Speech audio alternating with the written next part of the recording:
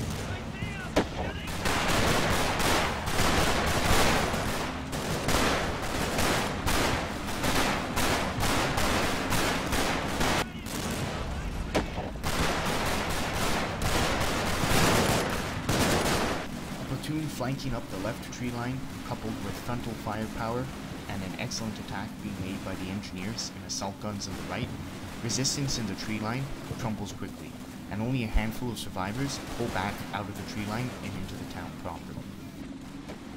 I can't stress enough how much these 105 Shermans are the boon throughout the battle. Their frontal firepower is exactly what the infantry need, and their heat rounds come in handy later on in the battle.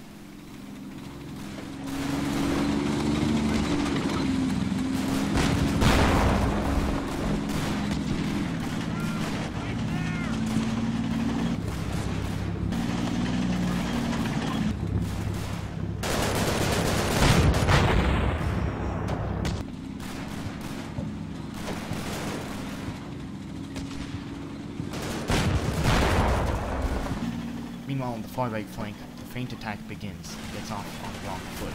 I immediately lose mid-10, moving up through a tree line. However, the Stuarts are able to push up through the open ground, leapfrogging past Panzerschreck fire. So far, no long-range anti-tank guns have been spotted. One of the surviving M10s moves up to provide overwatch.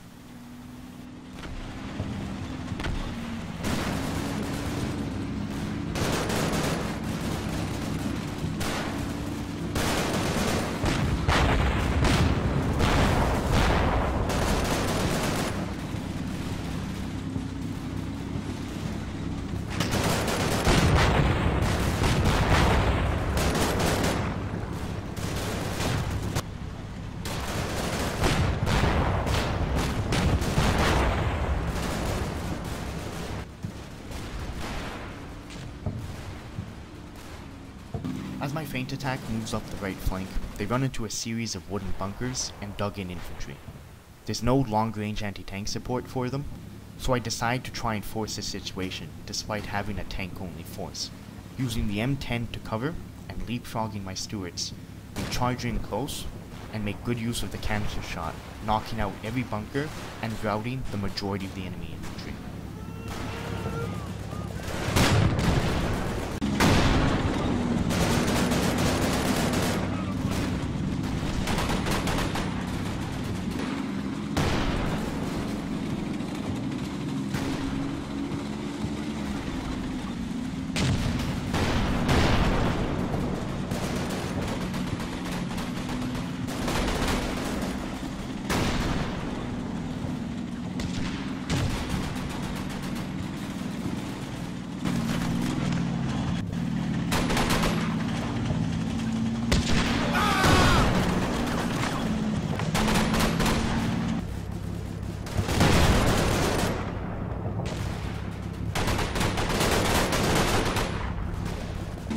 attack is apparently so alarming for my opponent that he commits his armored reserves to the action, and I quickly lose Stuarts to remaining infantry and Stubs. However, if his armor's chasing light tanks hiding in tree lines, they can't resist my main advance, and my feint attack has succeeded past my wildest expectations.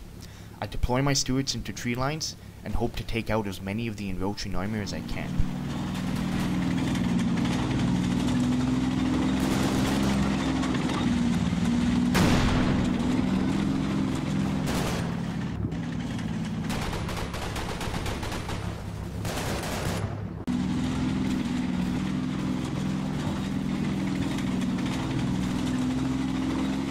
At this point in the battle, a pretty clear picture forms in my mind about what my opponent intends to do. Every tree line seems to be held by a reinforced enemy infantry unit, usually a platoon in size, and with a couple of anti-tank guns. If what happens on the right flank is any indication, he's got mobile reserves and intends to run them from one troubled area to the other. The next few minutes of combat are dominated largely by me deploying my assaulting company in the tree line they've just captured and preparing them to attack the town proper. There is a handful of resistance left over, mainly in the engineer section, but for the most part the attack routes into the town have been cleared.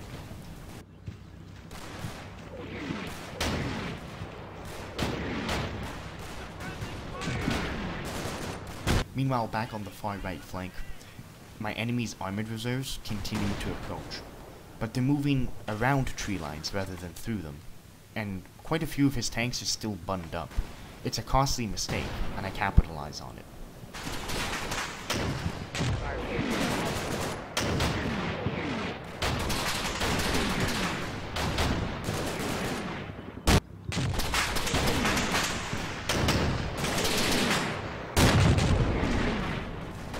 What fascinates me about this fight is that it kind of just appears out of nowhere and spins wildly out of control very quickly. I had no intention of staying this far forward for this long, but the initial opportunities were too good to pass up. While my enemy eventually does smarten up with his assault guns and begins to hit me back hard, I've already accomplished way more than I set out to do. My thinking here was, I'm deploying expendable assets out on a flank that will have no outcome on the battle, while my enemy's deploying his main armored reserve. So why fall back? Keep him pinned down for as long as possible, while my medium tanks near the left flank do the real fighting.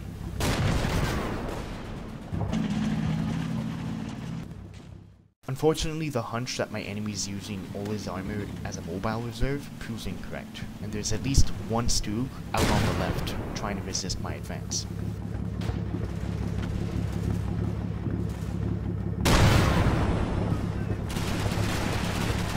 Another interesting little tactical vignette develops here while I'm trying to dislodge a Stug.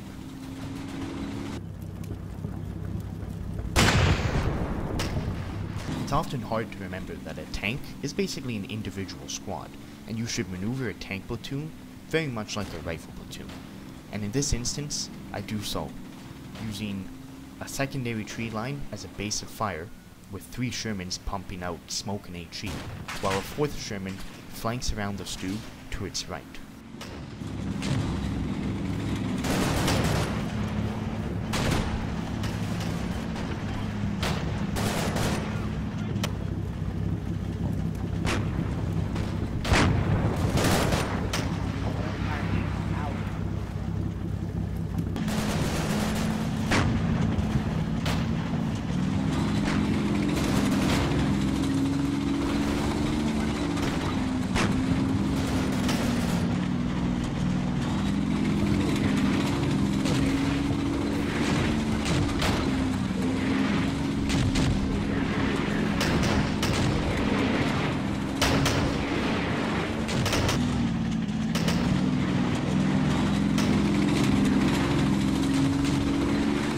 While 2 very interesting tank actions are developing on either edge of the map, in the center, it's business as usual, or near enough. My assault companies are now deploying in line, and I'm preparing to launch an attack on Montelimar after yet another artillery barrage.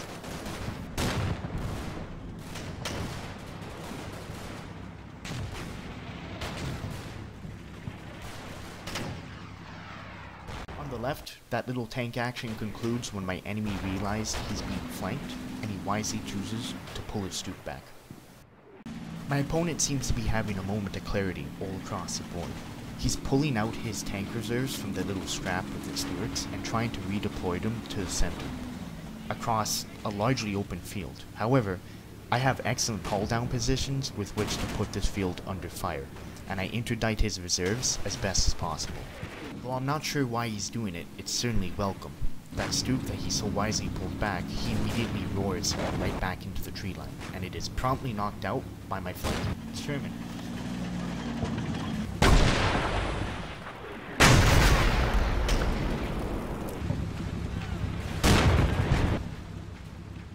Likewise, that Panzer IV that was beelining for the center reappears and is immediately knocked out by tanks providing overwatch for the infantry.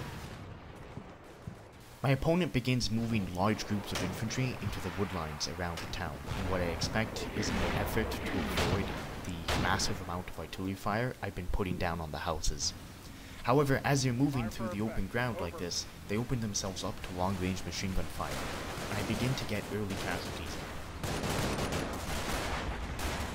I love the smell of fire superiority in the morning.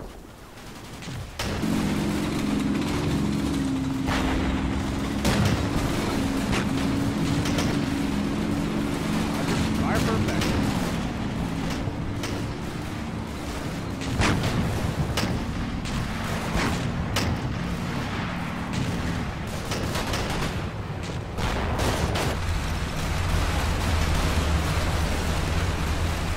Mounted platoons finally entering the field, the tanks that have been driving up the left will have infantry support, and I can finally restart that drive to wrap around my enemy's rear. Frustratingly enough, however, as I'm trying to set up an attack on Montelimar, I need to mop up isolated pockets of German infantry that have been harassing my flanks. As I move in, grenade duels develop, and I'm taking way more casualties than I would like on what's largely secondary actions. Although it was costly and sloppy for my opponent, his wild scramble to redeploy infantry in the tree lines at the flanks of town will pay off if I don't suppress them, as they provide excellent enfilading positions on approaching infantry units.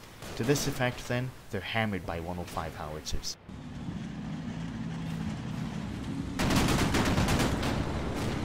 My opponent's doing a very good job of holding his left, despite losing a stoop and pack fort, and I'm met with a hail of machine gun fire as my mounted platoons approach. They're forced to dismount and take the fight to them on foot. Although it's risky, the plan here is to move the rightmost squad in the platoon up into the tree line, where there's the shortest amount of open ground, and I don't think I'll be taking flanking fire from the town.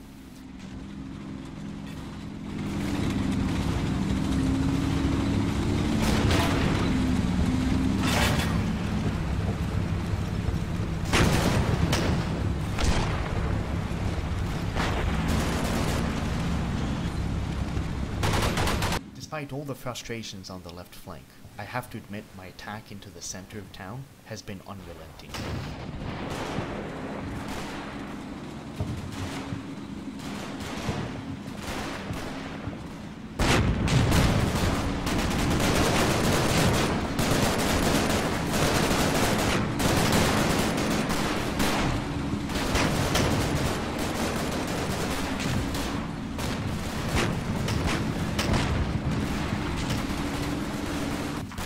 It only takes a couple of minutes, but I finally managed to get infantry up into the tree line my enemy's been resisting me at. And now I'm preparing for a deep strike into his rear, using only the tanks. Smoking the flanks of the tree line and HEing everything in sight, I use infantry fire to cover me as I punch through the tree line.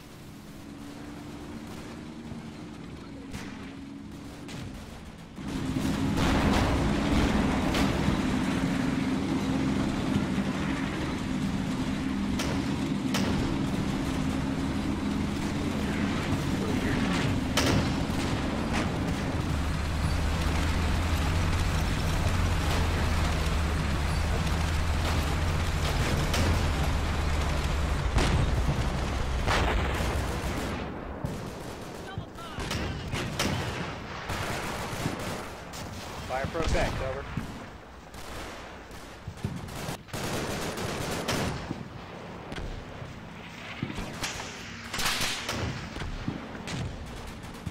Although I am taking a very big risk with these tanks, it's not uncalculated, and I am moving up the armored infantry that had been forced to dismount behind them. I'm making good progress, and I've taken no further casualties. Even better, enemy infantry are routing out of their prepared positions and into the open. At this point in the battle, I'm putting a bigger emphasis on speed over cost. The faster I can get my men through that tree line and into this rear, the easier a time I will have. Every second I delay gives my opponent one more second to try and redeploy his reserves. Fire for effect, over.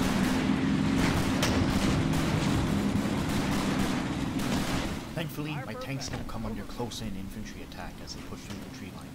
And even more amazingly, as I'm moving through the tree line, my opponent is moving forward a mounted platoon of panzer grenadiers, I suppose to try and plug the hole developing on his left flank, and I catch an entire platoon still mounted in their half-tracks.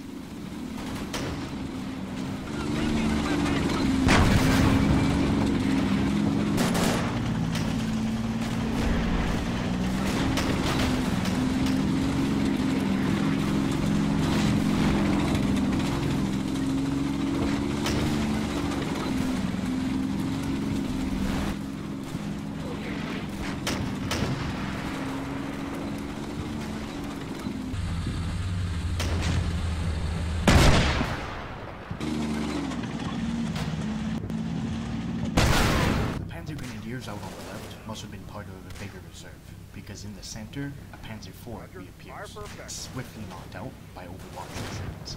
My enemy continues to feed me kills by moving into the jaws of well-in-place defenses. Fire for effect, out. Fire for effect, over.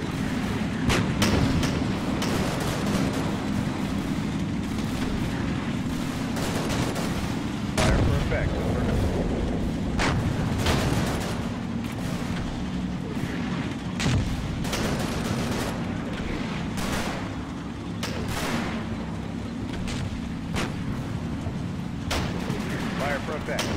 There comes a point in every battle where both sides, I think, realize the battle is more or less lost, and I believe we're approaching that point. Mounted units are beginning to mop up only isolated pockets of enemy infantry. I have armor encroaching on his rear, and I'm about to seize the crossroads that's the entire point of this battle. To make matters worse, I'm beginning to get reserves. The first platoon from another company, and the final platoon of the company of Shermans that's been supporting this advance. They're ready to exploit the breakthrough on the left, or plug any holes should a problem arise. The noose is tightening around my opponent in town. He's been trying to fall back from house to house, leapfrogging fire teams at a time, but now he's taking HE, rifle, and artillery fire as he tries to move through the streets. My enemy, however, has one last gasp before the battle is done. Although his Panzer IVs are swiftly knocked out as they open fire, his counterattack comes at the most inopportune time for me, and what I did to my opponent a few turns back rebounds on my head with interest. Before his Panzer IVs, or his remaining Panzer IVs, are knocked out, he catches an entire platoon mounted and on the move to dismount in his rear. I lose close to 60 men in less than 30 seconds. It's an absolute disaster, and probably the worst way to end what's otherwise been an overwhelming victory.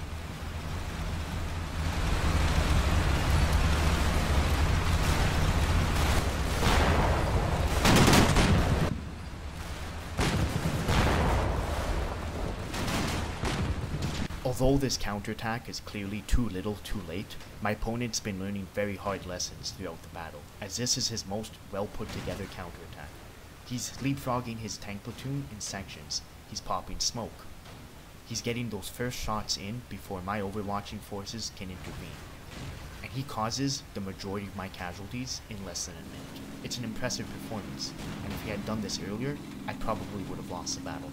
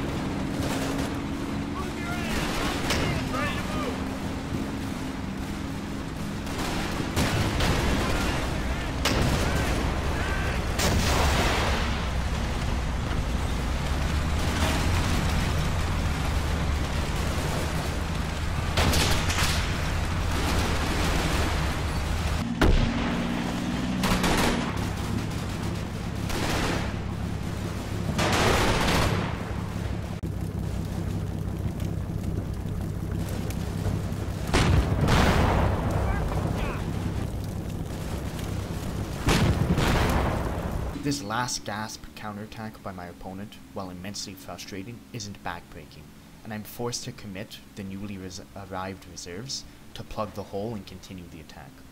Almost every infantryman in the lead mounted platoon is either dead or wounded, and every tank supporting him has at least crew casualties. They're certainly rattled beyond all belief. To that effect then, the 3rd platoon of the tank company and the 2nd mounted platoon arrive.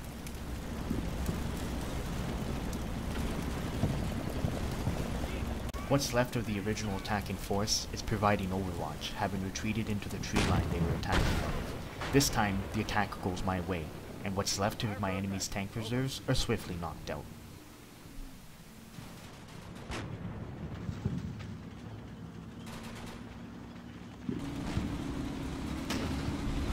Roger. Fire for effect.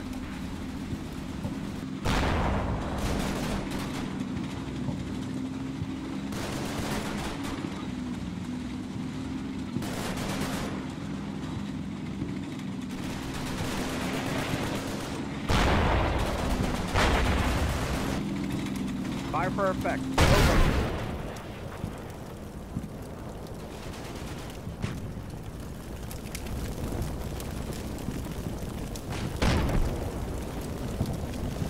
Fire for effect. Out. I don't think I've ever seen so many burning vehicles over such a short space of ground, and it's testament to the hard fighting that's been happening for this tree line.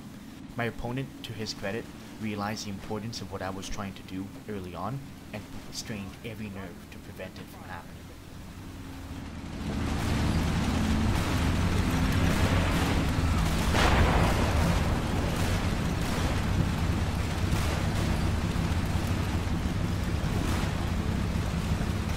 As I dismount in and around the rear edge of town and deploying the tree lines where I suspect his columns will be arriving, my opponent signals he wants to surrender. He says he has no more tank reserves left, and the reinforcements he's been promised haven't arrived. He's not keen on counterattacking into an objective he was supposed to be defending, so the battle ends, with a majority of his forces having not yet arrived on the field. Although I'm disappointed that I've lost more tanks than I've destroyed, and of course with the last couple minutes of my performance, on the whole, I'm very satisfied. My opponent has suffered almost 70% casualties, and he's been completely cut off from his route of reinforcements. It's an ideal battle for me. My opponent, however, definitely deserves credit for a very stubborn defense. He had all the principles down right, even if his execution was a little bit sloppy, and he definitely deserves credit for having a far more mature deployment of tanks near the tail end of the battle.